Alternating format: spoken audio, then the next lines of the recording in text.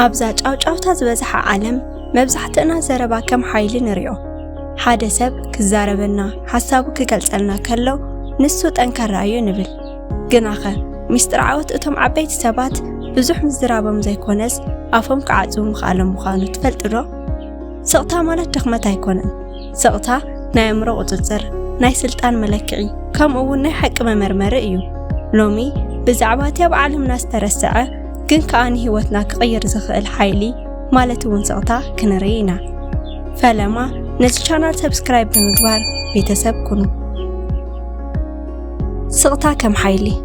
ስቕታ ማለት ምስ ዘይትፈልጦ ነገር ምርኻብ ማለት ኣይኮነን ስቕታ ማለት ንእምሮኻ ዕረፍቲ ሂብካ ንዙርያኻ ንክትዕዘብ ዝሕግዘካ ናይ ስልጣን ቦታ እዩ ሓደ ሰብ ዓዊሉ መልሲ ክህብ ከሎ ንሱ ኩሉ ነገር ዝተቆጻጸሮ መስሎ ኸውን ስቕታኻ ግን ነቲ ዝዛረብ ዘሎ ሰብ የሸብሮ ንስኻ ከዓ ዝበለጽካ ሰብ ትኸውን ሳይኮሎጂ ናይ ስቕታ ናይ ስነልቦና መጽናዕቲ ከም ዝሕብረና እቲ ዝያዳ ዝዛረብ ሰብ ጌጋ ንምፍጻም ዝያዳ ዕድል ኣለዎ ሓደ ሕቶ ምስተሓተትካ ብቕጽበት መልሲ ምሃብ ንባዕሉ ድኽመት እዩ ንኣብነት ሓደ ሰብ ዝኾነ ሕቶ ምስተሓተትካ ኣብ ክንዲ ብቕጽበት ምላሽ ምሃብ ን3 ሰከንድ ስቕበል እቲ ስቕታኻ ነቲ ሓታቲ ሰብ ናይ ምቾት ስምዒት ይፈጥረሉ ንዓኻ ድማ በቲ ነቲ ኩነታት ብዕምቆት ንክትዕዘብ በቲ ድማ ስምዒትካ ትቆጻጸር ሰብ ይገብረካ ስቕታኻ ነቲ ኩነታት ናይ ምቁጽጻር ስልጣን ይህበካ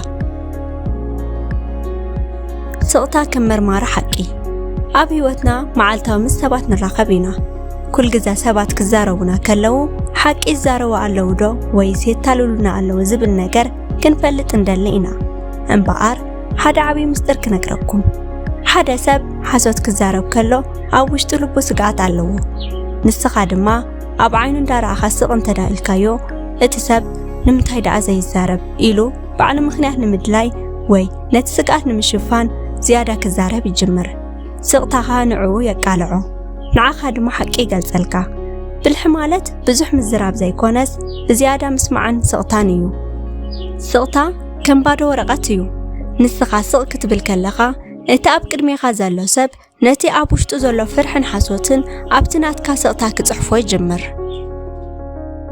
ስቕታ ከም ናይ ውሽጣዊ ቃልሲ መፍትሒ ገለ ሰባት ስቕታ ዝፈርሕዎ ኣብ ውሽጦም ዘሎ ስምዒታትን ሓቅታትን ንምስማዕ ስለ ዝፈርሑ እዩ ኣብ ጫውጫውታ እንተደኣ ሃሊና ነቲ ናይ ሓቂ ዝኾነ ውሽጣዊ ቃልስና ክንሰምዖ ይንኽእልን ኢና ስቕታ ግን ነቲ ናይ ውሽጥና ዘይምርግጋእ ንምህዳእ ዝግበር ናይ ድፍረት ስጉምቲ እዩ እዚ ማለት ስቕኢልካ ብምቕማጥ ንነብስኻ ምርካብ ማለት እዩ ማሕበራዊ ረብሓታት ስቕታ ስቕታ ምስ ካልኦት ሰባት ዘለካ ርክብ ከመይ ከም ዘመሓይሾ ትፈልጥ ዶ ዝያዳ ትዛረብ እንትኾንካ ሓደ ሰብ ንዓኻ ንክፈልጠካ ዘለዎ ድሌት ይቕንስ ስቕታኻ ግን ኣብ ካልኦት ሰባት ቦታ ንኽህልወካ ይገብር ብተወሳኺ ድማ ሓደ ሰብ ክዛረበካ ከሎ ስቕኢልካ እንተሰሚዕኻዮ ንስኻ ኣገዳሲ ኢኻ ኢልካ ከም ዝነገርካዮ እዩ ዝሕሰብ እዚ ድማ ንርክብካ ካብ ዝኾነ ይኹን ዘረባ ንላዕሊ የደልድሎ ጥንታዊ ምሳሌታት ከም ዝብልዎ ተፈጥሮ ክልተ እዝንን ሓንቲ ኣፍን ዝሃበትና ብዕፅፍን ክንሰምዕ እምበር ዕፅፍን ክንዛረብ ኣይኮነን ብዝያዳ ዝሰምዕ ዝያዳ ይርዳእ ዝያዳ ዝርዳእ ከዓ ዝያዳ ስልጣን ኣለዎ ገለ ግዜ ብዘይ ቃል ብምልክት ዓይንትኻ ወይ ብምልክት ኣእዳውኻ እትህቦ መልሲ ካብ 100 ቃላት ንላዕሊ ትርጉም ኣለዎ ኣብ ዝኾነ ናይ ዘተ ቦታ ምስ እትህሉ ቃላትካ ጥራሕ ዘይኮነስ ኣካላትካ እውን ስቕ ከም ዝብሉ ትገብር ትኽእል ኢኻ እቲ ናትካ ስቕታ ንሰባት ብዓሚቕ ንክትምርምር ይሕግዘካ ስቕታ ንክትለምዶ እዞም 3 ስጉምትታት ክትወስድ ኣለካ ቀዳማይ ሓደ ሰብ ክዛረብ ከሎ ብሙሉእ ልብኻ ስማዕ ምላሽ ንምሃብ ኣይትቐልጥፍ እቲ ዝሰምዕ ሰብ ካብቲ ዝዛረብ ሰብ ንላዕሊ ዝያዳ ሓይሊ ኣለዎ ካልኣይ ኣብ መዓልታዊ ህይወትካ ንነብስኻ ናይ ስቕታ ሰዓታት ሃባ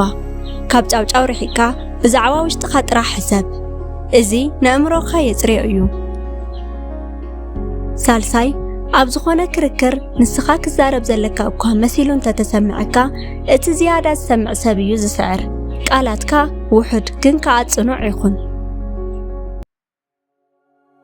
ኩል ግዜ ኣብ መዓልታዊ ህይወት ካብቲ ብዙሕ ዝዛረብ ሰብ ንላዕሊ እቲ ስቕ ዝብልን ቃላቱ ቆጢቡ ዝዛረብን ሰብ ዓብይ ቦታ ኣለዎ። ምናልባት ቃላት ወርቂ ክኾኑ ይኽእሉ እዮም፣ ስቕታ ግን ኣልማዝ እዩ።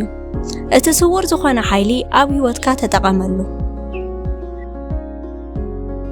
እምበኣር ስቕታኻ ክንድዚ ዝኣክል ትርጉምን ሓይልን ካብ ሃለዎ ስለምንታይ ደኣ ኣብ መዓልታዊ ህይወትካ ዘይትጥቀመሉ? ስቕ ብምባል ጥራሕ ኩል ግዜ ተዓዋቲ ኹን።